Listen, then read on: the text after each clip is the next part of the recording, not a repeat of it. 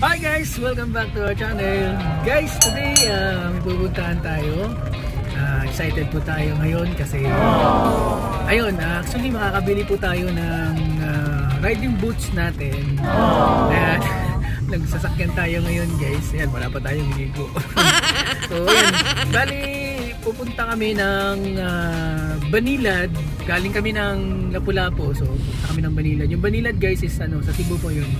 So kasama ko yung bugoy ko at si Mrs.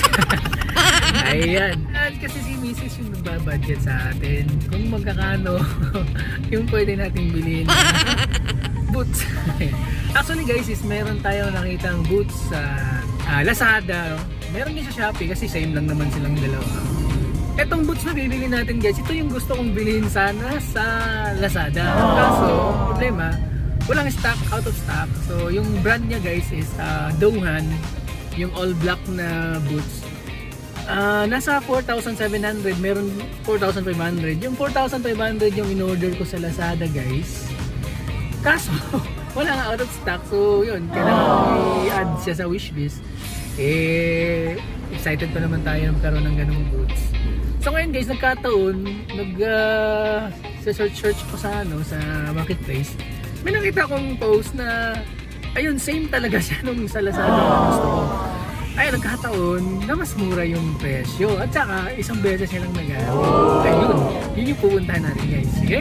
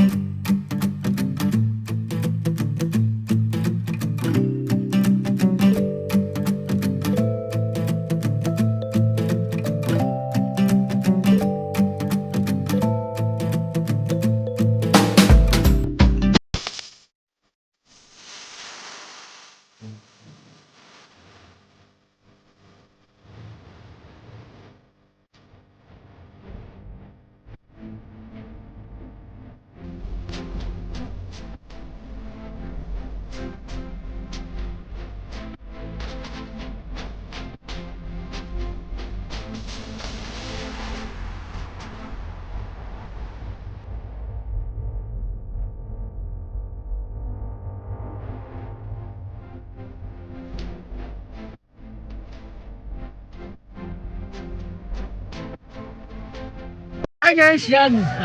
Bali pa uwi na kami. Nabili na namin yung riding boots na Dohan guys. So yan, nandito kami ngayon sa bridge. Yan, na-traffic kami sa bridge. First bridge. And then guys, nakabili din na pala ako ng ng tube mask. Tube mask ata tawag nito, pang balaklava. Ayan, so ang ganda guys, no? TCH, Trans Central Highway, Cebu. Ito yung riding destination. Ito yung glinag ko dati guys na riding destination ng TCH. Riding destination ng TCH. Riding destination pala ng Cebu. Ayan. Ayan, ito, nabili natin ng 120 pesos. Ganda guys. Feel na feel pa rin natin na nagmomotor tayo guys, no? Kahit nakasasakyan. Sige guys, papakita natin mamaya sa inyo yung boots na nabili natin guys. Sige! Ay guys, yan. So, bali, kararating lang namin. Nandito na yung boots. Ayan, so papakita ko sa inyo guys yung boots at kung sakto ba sa atin. Guys, ito po yung boots. Ayan. And sayang lang kasi yung box guys is ginamit ng may-ari. Anyways, may paglalagyan naman tayo netong boots na to. Ayan, so plastic lang, naka-plastic lang siya guys. Okay. So ayan. Yan, bagong-bago pa siya guys. So parang wala pa siyang sign of usage. So sabi ng may-ari, isang beses niya lang daw siya nagamit. Isang beses niya lang daw nagamit. Ito yung mismo talagang boots na gusto kong bilhin sa Lazada. Kaso nga, yung store na pagbibilihan ko sana, kasi mas mura yung sa kanya eh. Siya lang yung pinaka-less na presyo. Kaso nagka-out of stock. Yun nga, nabanggit ko kanina. And then, yan, ito yung ating boots guys. Malinis siya guys. Para pa rin siyang bago. Yan. Kaya, sakto yung sabi ng may-ari. Isang beses niya lang sinuot. Okay guys, yan. Nabili lang natin to guys ng 2,000 pesos. Ayan, 2,000 pesos lang po yung bili natin nito. Mura lang. Halos sobra sa kalahati yung presyo. Kasi yung presyuhan nito guys talaga sa Lazada is 4,500. Yun yung pinakamura. And sabi kasi ng may-ari guys, hindi na siya na nagmo-motor. So, yun. Kaya binenta niya na lang itong kanyang. So yan guys, try na itong i-fit. I-fit natin sa ating pa. Right, ito yung sukat niya. Ayan, nandito yung sukat niya guys. Ayan, Euro na size 44 or US 10. Kasi ito yung talaga yung sukat ng paa ko. Size 10 tayo guys eh.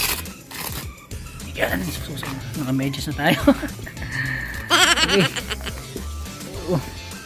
Stop natin. Stop. Oh, yan.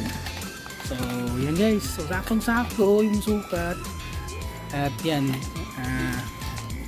Hanggang dito yung ano. Pwede pa natin siyang yung paano yun. So, yan. Ganyan siya guys. Ayan. So, dito talaga ano may protection talaga tayo dito banda. Dito banda kung sa ito kasi yung kalimitan talagang pag natutumba tayo sa pagmomotor ito yung talagang minsan nababali yung paa. Nakasapatos lang. But this one is talagang yan. Ito protected talaga tayo dito. And then hindi natin masyadong nabibend itong sapatos guys, yan. So talagang matigas yung dito niya.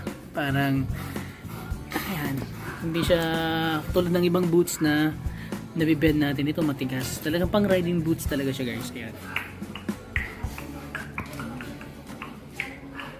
And guys, sana po nag-enjoy kayo sa vlog na ito guys. And dito ko na po tatapusin ang ating vlog. See you on the next vlog guys. Thanks for watching. Ride safe and have a nice day.